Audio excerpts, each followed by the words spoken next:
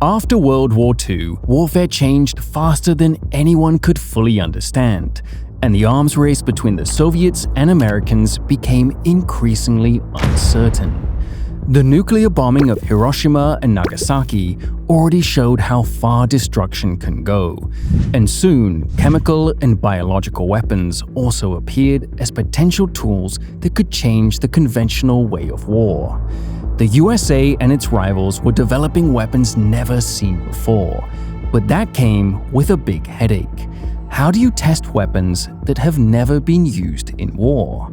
The United States decided to do the testing on its own soldiers. As a result, tens of thousands of American soldiers participated in secret military experiments, where they were exposed to biological and chemical agents, psychoactive substances, and even real nuclear detonations. Today, on A Day in History, we bring you 5 times the US military used its own troops as lab rats. Being near a nuclear explosion is not a major priority for most people. Marching toward it is even less ideal. But 7 decades ago, the United States military decided to put thousands of soldiers near the vicinity of several nuclear detonations. During the Cold War, everyone believed that a potential direct conflict between the Soviets and the US would be fought with nuclear weapons. Drawing on the experience of World War II, when America dropped atomic bombs on Hiroshima and Nagasaki, nuclear weapons were until then regarded solely as weapons of mass destruction, capable of destroying even the largest cities.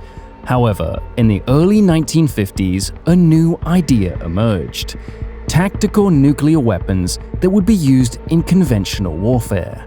The idea sounded great, but there was just one big problem. Tactical nuclear weapons had never been tested before, and no one knew how the soldiers would react to their use on the battlefield. But the US military decided to find out, and they chose their own soldiers as the lab rats. A series of tests later, known as the Desert Rock Exercises, were conducted between 1951 and 1957 at the Nevada Proving Grounds, some 65 miles northwest of Las Vegas. The tests were conducted by the US Army and the Atomic Energy Commission, which was in charge of the US nuclear program. In total, 8 large tests were conducted, in which over 60,000 military personnel participated. The first experiments with nuclear detonations began in November 1951 as part of the wider Operation Buster Jangle. American soldiers received theoretical training on nuclear detonations and radiation at Camp Desert Rock, after which they were transferred to the Nevada desert to witness a real detonation. Scientists believed that such exposure would eliminate the so-called atomic fear in soldiers. The tests continued in the following years, and the most famous one was performed in 1953 as part of Operation Upshot Knothole. During this operation, American troops were stationed only 7 miles from Ground Zero, where the nuclear device codenamed Annie was detonated. At 5:20 a.m., the bomb exploded with a yield of about 16 kilotons, which was stronger than the bomb dropped on Hiroshima. Many soldiers recalled seeing a bright light even through closed eyelids with heads turned away from the blast. But the light was just the beginning. A few seconds later, a shockwave slammed into them and the ground shook beneath their boots. After the detonation, the soldiers were ordered to leave the trenches and advance towards the mushroom cloud. As they approached the target, the researchers recorded their movements and reactions. The task of the researchers was to determine whether the soldiers could continue combat immediately after the nuclear attack. Military psychologists wanted to know if witnessing nuclear explosions paralyzed soldiers. Subsequent tests were even more ambitious, and during Operation Plumbob in 1957, even more soldiers, armored vehicles, artillery units, and airborne forces participated. Operation Plumbob alone included over 29 separate nuclear detonations. The conclusion of the research was that the soldiers were actually ready to continue the war immediately after the nuclear detonation. Over the next several decades, a large number of soldiers who participated in the Desert Rock experiments reported various health problems, including cancers, which they believed were caused by the experiments. After World War II, the US gained access to Nazi research on chemical weapons, including nerve agents such as sarin and tabun, substances so strong that a few drops in contact with the skin can cause death. At the same time, many intelligence agencies were exploring new ideas. The main discussion was no longer how to kill the enemy, but how to control them. This question prompted one of the most controversial research programs in the history of the US military: the human experiments at Edgewood Arsenal in Maryland. Edgewood Arsenal was one of the most important facilities for chemical weapons research. Between 1955 and 1965, over 6,000 American soldiers participated in experiments, where over 250 chemical agents were tested through various programs. But one of these agents stood out: LSD. The researchers were interested in whether psychoactive substances could be used on the battlefield. The soldiers were given controlled doses of LSD and were asked to follow orders, communicate, and operate equipment. Film footage from these experiments shows soldiers struggling to concentrate, laughing neurotically, or being mentally overwhelmed. Another substance studied at Edgewood, much stronger than LSD, was BZ. BZ caused intense confusion, hallucinations, memory disorders, and complete mental disorientation that could last for days, unlike LSD effects, which lasted for a couple of hours. The study of BZ eventually led to its weaponization, but it was never officially used in battle. Though the soldiers did sign consent forms to participate in the experiments, they didn't know that they were being exposed to dangerous psychochemicals, such as LSD or BZ. Some of the soldiers have suffered physical and psychological trauma since the tests.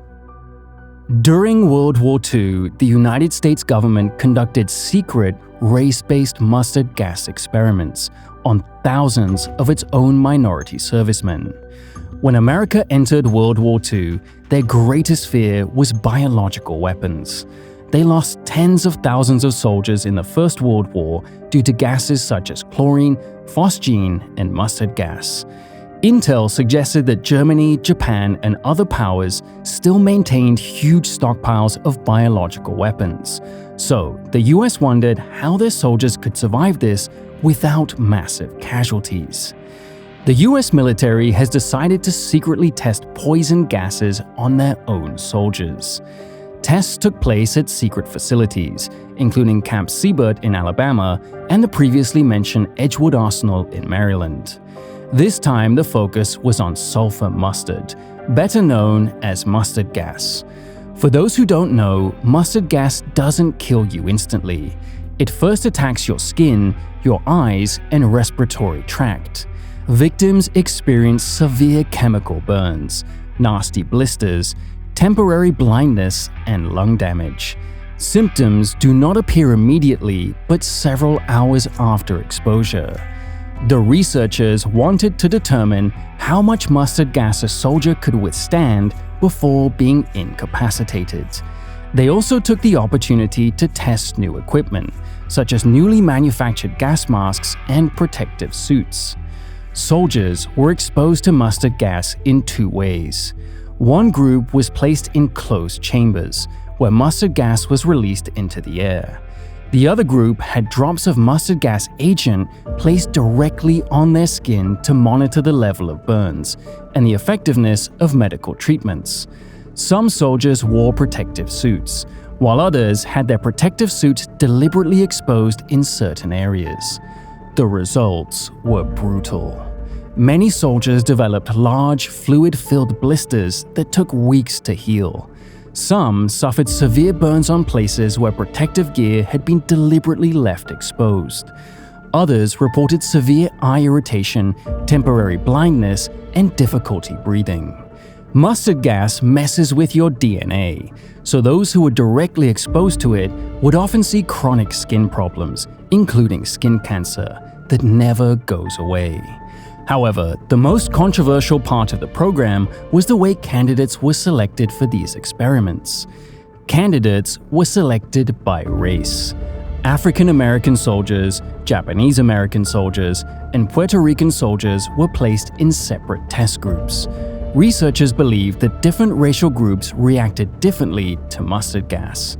Many candidates did not understand the real purpose of the tests. They were only told that they're helping the war effort, while the risks were curtly explained. The real truth about these experiments was only revealed in 1990, when the official documents were declassified. In the end, researchers could not conclude with certainty that mustard gas had a different effect on different races. Operation Whitecoat was a secret research program carried out by the US Army from 1954 until 1973, where people allowed themselves to be infected with numerous different kinds of bacteria that were considered likely choices for a biological attack. The volunteers were then treated with antibiotics and experimental vaccines to cure the infections. Over 2,300 American soldiers participated in this experiment, and the goal was to investigate how long it takes for infectious diseases to incapacitate soldiers, and whether the new vaccines that were in production were effective. One of the most researched diseases was tularemia, which is also known as rabbit fever. This disease is caused by the bacterium Francisella tularensis and was spread by contaminated water and food, insect bites, and air. In nature, this disease is rare and easily treated with antibiotics. However, the symptoms are frightening. Through the ventilation system, the bacteria was dispersed in the air of closed chambers.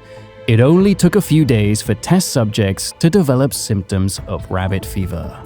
Symptoms included a high body temperature that lingered for a long time, muscle aches, crippling fatigue, chest pains, and shortness of breath.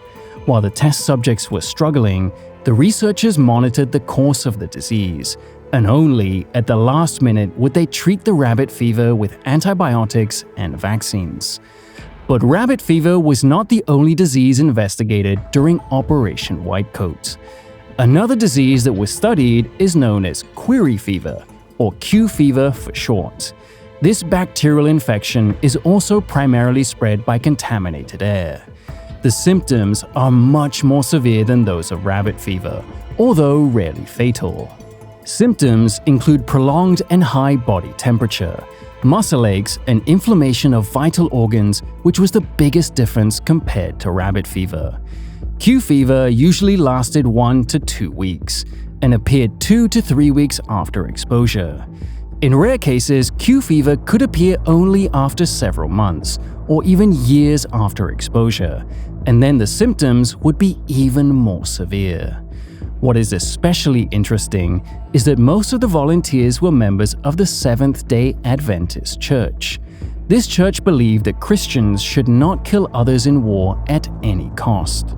Because of this, members of this church performed their military duties in other ways, including voluntary participation in human experiments. Officially, there were no reported deaths during Operation Whitecoat. A vast amount of data was gathered, and 13 important vaccines still used around the world were developed and tested during Operation Whitecoat.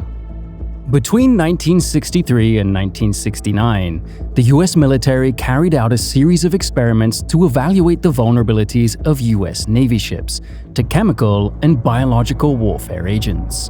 It was called Project SHAD, short for Shipboard Hazard and Defense. The goal of Project SHAD was to see how long it took for a chemical or biological agent to spread throughout a ship and incapacitate ship personnel. What was particularly worrying was that ship personnel did not always know what substances they would be exposed to. Typically, aircraft would fly in front of the target ship and release the materials from spray tanks mounted on the wings. The most used simulant in Project SHAD was the bacterium called Bacillus globigii.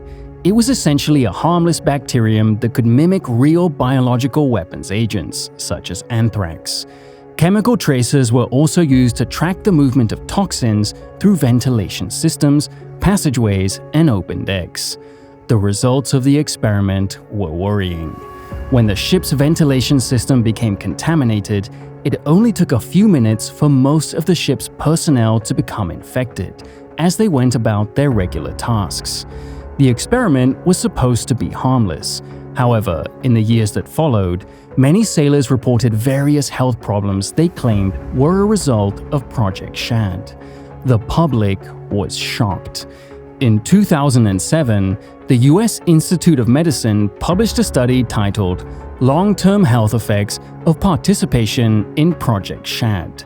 The study emphasized that there was no significant difference in mortality between Project SHAD participants and those who did not participate. However, if we dig deeper into the same study, we can see some troubling statistics. Among those who participated in Project SHAD, there is a statistically higher risk of death from heart disease. This is especially noticeable with the staff of the USS George Eastman, where most of the testing was done. Also, among those who participated in the experiments, a greater number of self-reported neurodegenerative problems, as well as problems with memory and concentration, were noticed.